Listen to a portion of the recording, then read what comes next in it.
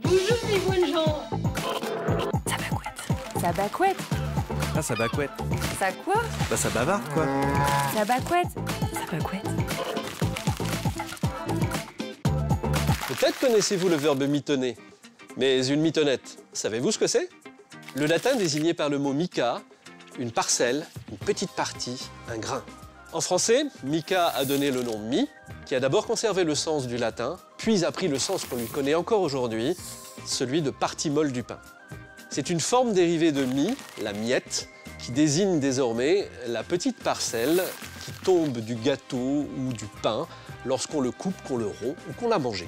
En Normandie, la mie a également donné naissance au nom miton, morceau de mie. De là provient le verbe mitonner, laisser cuire longtemps sur un feu doux, en parlant surtout de la soupe.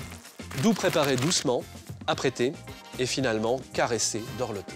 Ce verbe apparaît sous la plume de François Rabelais en 1546. Il sera finalement adopté par le français standard. Un plat qui a été cuit longtemps, avec beaucoup de soin, sera donc appelé une mitonnée. Dans notre région, d'où le mot est originaire, il désigne en particulier une soupe faite de morceaux de pain bouillis longuement dans l'eau, à laquelle on ajoute du lait ou de la crème avant de la manger. Ma grand-mère faisait blondir des oignons dans une casserole, puis elle mouillait cette préparation avec du lait et ajoutait du pain ou du biscuit. Elle laissait mitonner cette soupe doucement sur un coin de sa cuisinière à bois. J'adorais ça. Dans le Cotentin, on nomme cette soupe, destinée souvent aux enfants, mais pas exclusivement, une mitonnette, une mitounette ou une mitonnade. On emploie aussi les mots pané ou paname pour désigner cette spécialité culinaire, équivalent du français standard panade ou encore soupe de lait. Franchement, ça ne vous donne pas faim? Alors, qui que vous en dites?